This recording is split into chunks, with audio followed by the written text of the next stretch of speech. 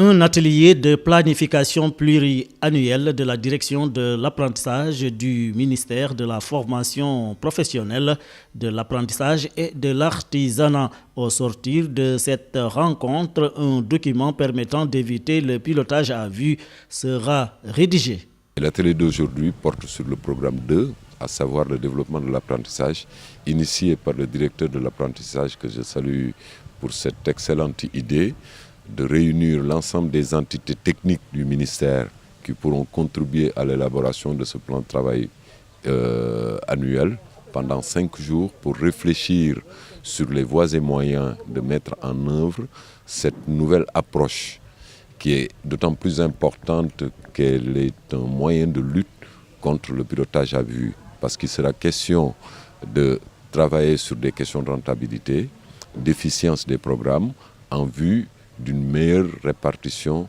des ressources budgétaires du ministère. La rencontre se veut inclusive pour prendre en charge toutes les préoccupations de tous les acteurs. Il s'agit d'un atelier extrêmement important, donc qui marque, si vous voulez, l'amorce d'une nouvelle dynamique que je suis en train d'initier depuis que Monsieur le ministre et le Président de la République m'ont fait confiance et m'ont placé à la direction de l'apprentissage.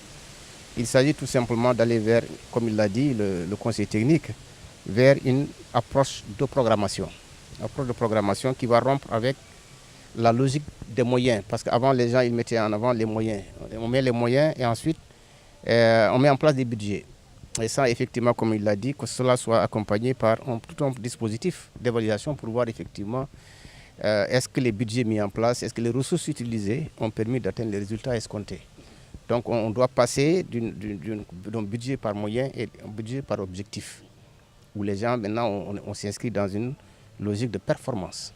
Il faut maintenant une administration performante et qui justifie, je veux dire, la qualité et qui permet de mesurer la qualité de la dépense publique.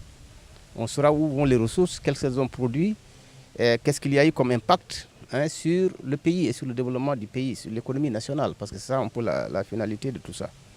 Alors la direction de l'apprentissage ne pouvait que s'inscrire dans ce processus-là. Mais moi j'ai innové un peu en, disons, promouvant une approche inclusive.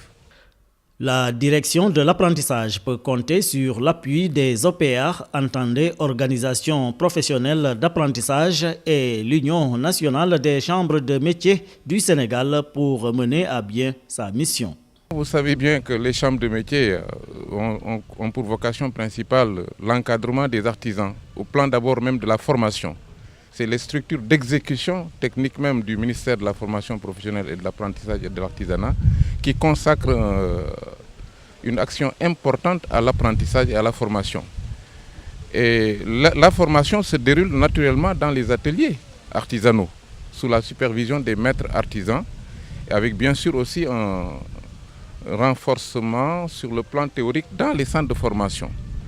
C'est ce qui fait que donc nous sommes obligés de travailler en parfaite synergie pour atteindre les objectifs en termes de renforcement de capacité des artisans, avec comme finalité la réalisation d'œuvres de qualité pour que les œuvres artisanales soient beaucoup plus compétitives et pour une amélioration de la contribution de l'artisanat dans le processus de développement économique de notre pays. Nous sommes prêts à accompagner la nouvelle direction, aussi loin que possible, pourvu simplement que nous nous y voyons.